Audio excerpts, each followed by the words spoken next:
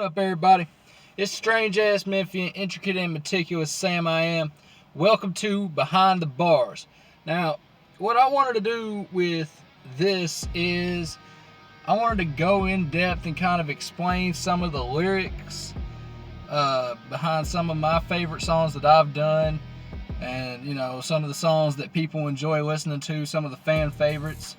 We're gonna start this off by doing track 1 off of the Maverick album.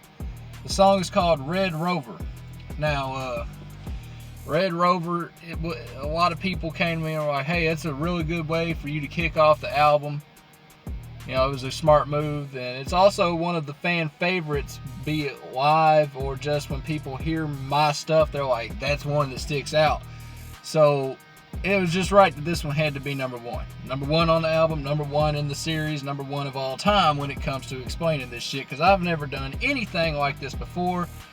Yes, I'm in my car because, it's got to start somewhere, right? So anyway, here we go. This is the lyrics and behind the bars to Red Rover. It starts off with, tobacco in my lip when I rip up the mic. Hip hop hillbilly, yeah, I'm that type. I'm just trying to live my life and have the finer things I like. I'm talking double wide trailers with nobody else in sight. Now, when I wrote this, I was chewing tobacco at the time. Big red man guy right here.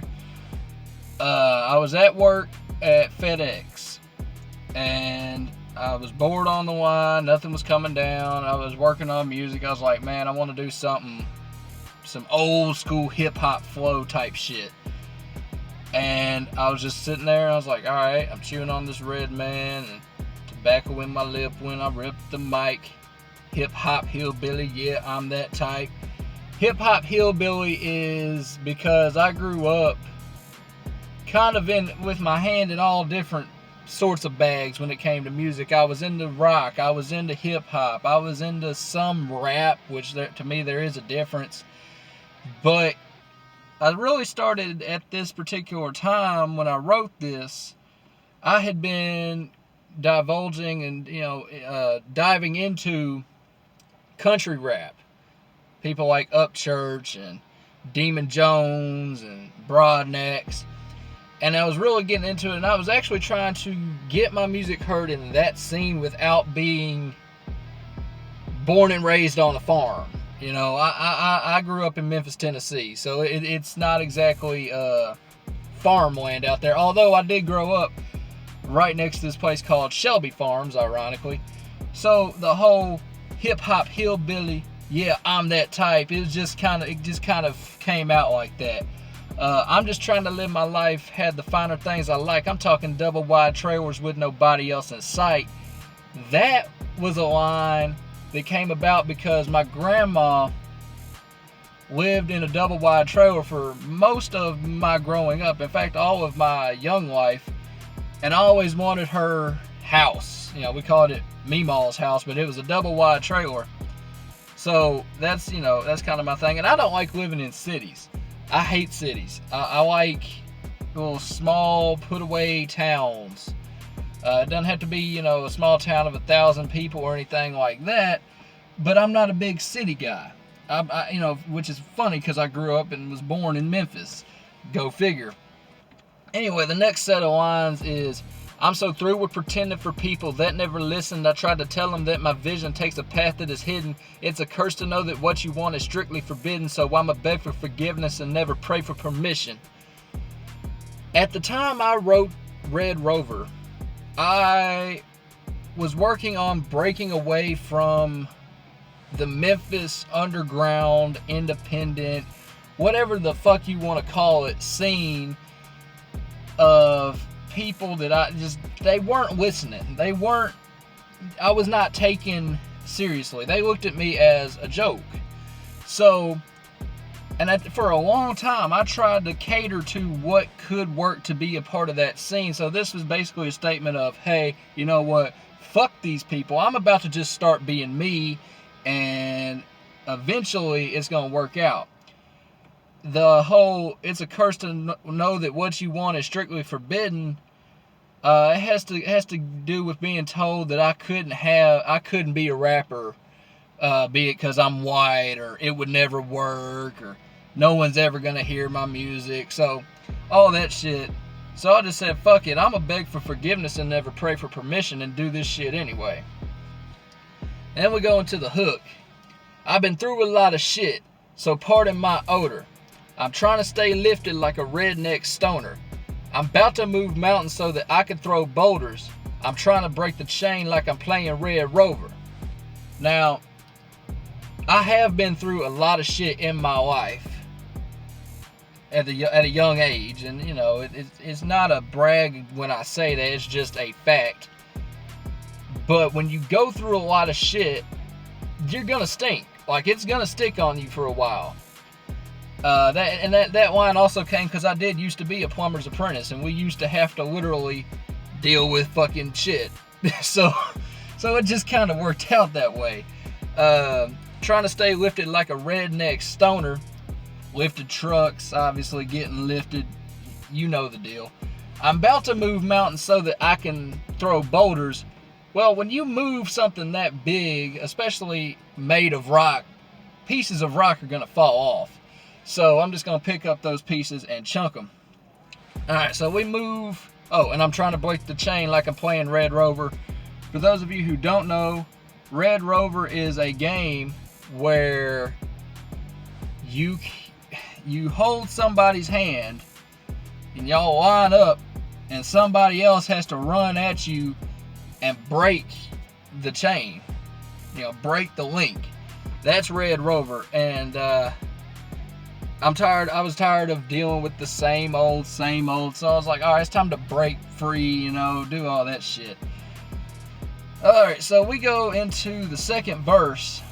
I'm a motherfucking poet, and they know it, motherfucker. Bubba, I've been going strong since I came up out the gutter. I'm flowing so smooth like a cup of melted butter, and I'm still steady growing, ain't no stopping my hustle. I've been doing this for a while now. I've been actively putting in work as a music entity for 6 years at the time of recording this. I've had a lot of downs, not as many ups as I would have liked, but I'm still pushing through. It was more so about the wordplay. Motherfucking poet, they know it, motherfucker. Bubba, I've been going strong since I came up out the gutter. I'm flowing so smooth like a cup of melted butter, and I'm still steady growing, ain't no stopping my hustle. You know, when I wrote that, I was thinking about, damn, back in the day, I used to eat crab legs at family get-togethers, and we'd always have the melted butter and shit. It was just so smooth and shit like that. Growing strong, ain't no stopping my hustle. You cannot stop me when I put my mind to something. When I say I want that, or I'm going to achieve that, I'm gonna die trying, probably. It's gonna take a lot for me to finally just say, you know what, it ain't worth it.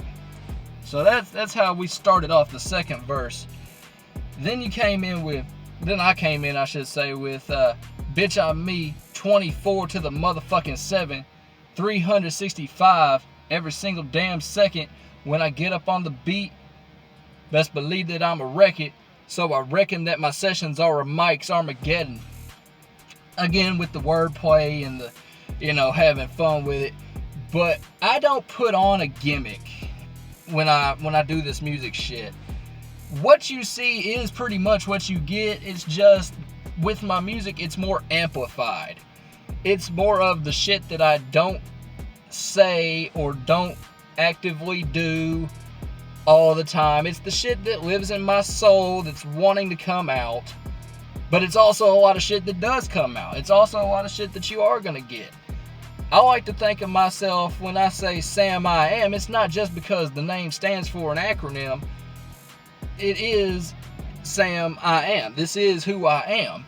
So what I wanted to do, because for anybody who knows my past, they know I had 2 other gimmicks, and those gimmicks didn't work. So I was like, pardon me. So I was like, I don't want to do that no more. So 24/7. That's 24 hours a day, 7 days a week, 365 in every single damn second.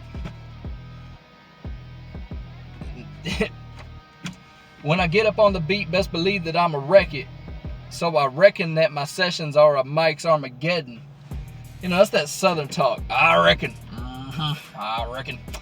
You know, and I don't know where that came about, other than just, you know, everybody knows Sling Blade. Everybody knows the French fry, potatoes, that kind of shit. So it just went together. And you know, I reckon that my sessions are a Mike's Armageddon. A lot of people talk about, I bring that fire on the mic, and I'm like, what's more fire than fucking Armageddon? Especially in the movie when it's raining down literal motherfucking fire, you know? So, up next we got, and I bet that they gonna hate me when I win it all. Got my middle fingers up when they tell me I'm a fall. I go balls to the wall like I'm trying to talk with God. I'm a dog off the leash about to bite when I bark. So, again, you know, bet they gonna hate me has been a thing for 2 or 3 years now, where I know I'm destined for greatness, and all these motherfuckers who keep trying to act like I'm not serious about this shit, act like I'm a joke, they gonna hate me when I actually grab that brass ring. So, you know, the whole, and I had a song with my homie Nicodemus called Bet They Gonna Hate Me, and that was just kind of a throwback to that. Middle fingers up when they tell me I'm a fall again, bet they gonna hate me. I go balls to the wall like I'm trying to talk with God is, my sister used to tell me when I do things, I don't do them half-assed, and that was more in regards to drinking and stuff not of that nature, or not of the nature of, you know, just doing something, but of, you know, at the time being alcoholic or whatever. I didn't know how to just do a little. So I put that aspect into everything. It wasn't just, oh, I'm, you know, gonna half-ass rap like some of these bitches that I'm associated with. I'm gonna do everything to the fullest, like it's the last fucking chance I'm gonna do it. I'm a dog off the leash about to bite when I bark is one of those lines. It's a filler line, but it sounded dope. You know, I'm officially off the leash, and I'm just, you know, I'm just going after this fucking shit. I'm just going after it. So then we go into, who the fuck you know that be spitting like this? SAMIAM, that Memphis bred kid with the style so slick and the grip mixed in. I'm about to talk my shit like an anus in this bitch. So, I got a lot of comparisons when I was first starting to the obvious white rapper bullshit.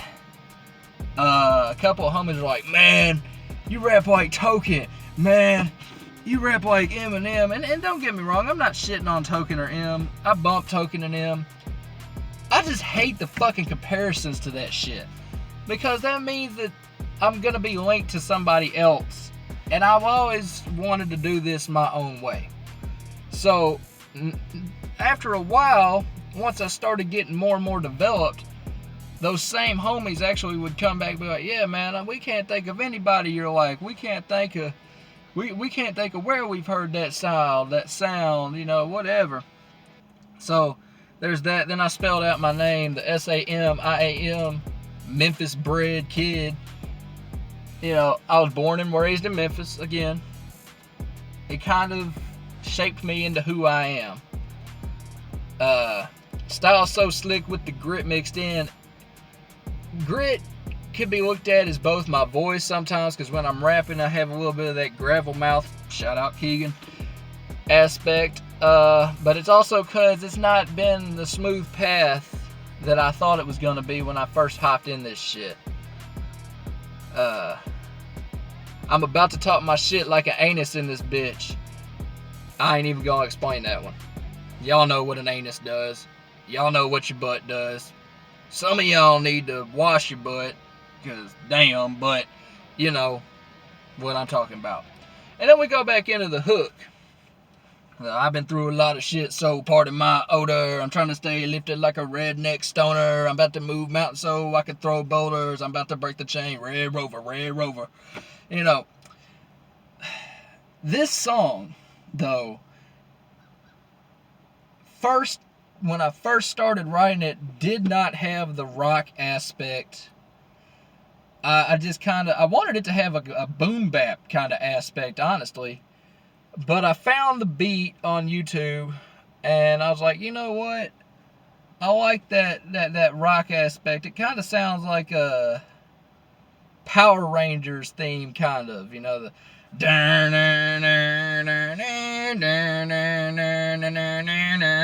know, it just had that kind of Mighty Morphin Power Rangers vibe to it. So I fucked with it, and everybody I showed to it, they hear the guitars and they're like, okay. And then the 808 kicks in, just dun dun dun dun dun dun dun dun dun, and you know, they're like, oh shit, this is dope. What I do live is I put live drums over all my shit live, so it adds an extra little bit of impact, a little extra bit of feeling, all that good shit. But yeah, that's track 1 of Maverick. Be sure to tune in. I'm not going to give you a regular basis of these, but season 1 is just going to be the Maverick album, excluding one song. I'm going to go ahead and say this now, so there's not a whole bunch of, oh, where's it? Why didn't you do this one? I will not be covering the song Confusion. Too much bullshit associated with what people thought I was talking about versus what I was actually talking about. It'd be a headache and a half for me to get out here and kind of explain all that. Plus, at the time of recording this, there's a lot of bullshit with a certain individual who will remain nameless, but he thinks he's Jesus, and he married a model or whatever the fuck she is, and now they're going for a divorce, and then she fucked with me. You know who I'm talking about. The guy who hates the Jews, that guy. And I just don't want any of that negative bullshit coming into my atmosphere, because people are going to hear the 2 or 3 lines that I say and instantly think I'm on some of that type of shit. And it's unfortunate because Confusion has a lot of deepness in it, but I will not be covering Confusion in this series. Just go ahead and don't expect that. But anyway, thanks y'all for watching.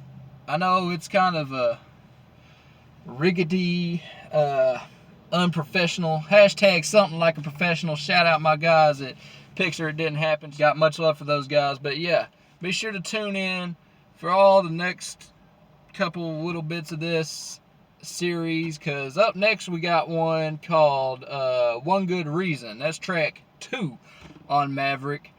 And yeah, Sam I am out.